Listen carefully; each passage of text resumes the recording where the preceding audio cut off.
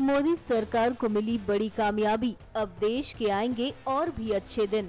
राज्यसभा में पास हुआ GST bill. तमाम अड़चनों और भारी विरोध के बाद आखिरकार मोदी सरकार राज्यसभा में जीएसटी बिल पास कराने में कामयाब हो पाई है। राज्यसभा में बहुमत नहीं होने के बावजूद मोदी सरकार ने सर्वसम्मति से और बिना कोई संशोधन के इस बिल को पास करा दिया है। लोकसभा में जीएसटी बिल पहले ही पारित हो चुका है और राज्यसभा से भी मंजूरी मिल जाने के बाद अब 1 जुलाई से देश भर में जीएसटी कानून लागू हो जाएगा। इस बिल से एक तरफ जहां आम आदमी पर पड़ रहे टैक्स का बोझ कम हो पाएगा, तो वहीं व्यापारियों को व्यापार करने में राहत मिलेगी। राज्यसभा में जीएसटी के पास हो जाने पर मोदी सरकार की इस ऐतिहासिक जीत पर वित्त मंत्री अरुण जेटली ने क्या कुछ कहा, आइए आपको सुनाते हैं। 29 राज्य, 2 यूनियन टेरिटरीज और 1 केंद्र, 32 अलग अलग लेजिस्लेटिव एंटिटीज वो सर्वसम्मति से एक कानून बनाती हैं और फिर संसद भी उसको सर्वसम्मति से राज्यसभा पारित करती है कि इस देश में जीएसटी को लेकर एक बहुत बड़ा कंसेंसस है।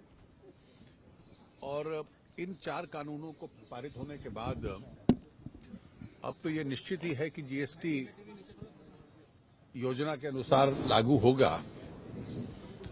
राष्ट्रपति जी की स्वीकृति मिलने के बाद राज्यों की विधानसभा जो एसजीएसटी कानून है वो पारित करेंगी। अब ये आवश्यक है कि वो 31 की 31 विधानसभाएं 29 राज्यों की और 2 यूनियन टेरिटरीज की इसको शीघ्र पास कर दें और इसके बाद 17 और 18 मई को जो कुछ रूल्स का फाइनल अप्रूवल है और रेट्स जो इसमें एक आखिरी पड़ाव होगा, हम लोग उसको भी अप्रूव करेंगे।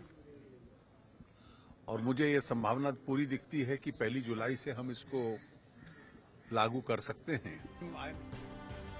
संसद में जीएसटी के पास हो जाने पर एक तरफ जहां मोदी सरकार अपनी पीठ थपथपा रही है, तो वहीं इस कदम को आजादी के देश में सबसे बड़ा आर्थिक सुधार माना जा रहा है।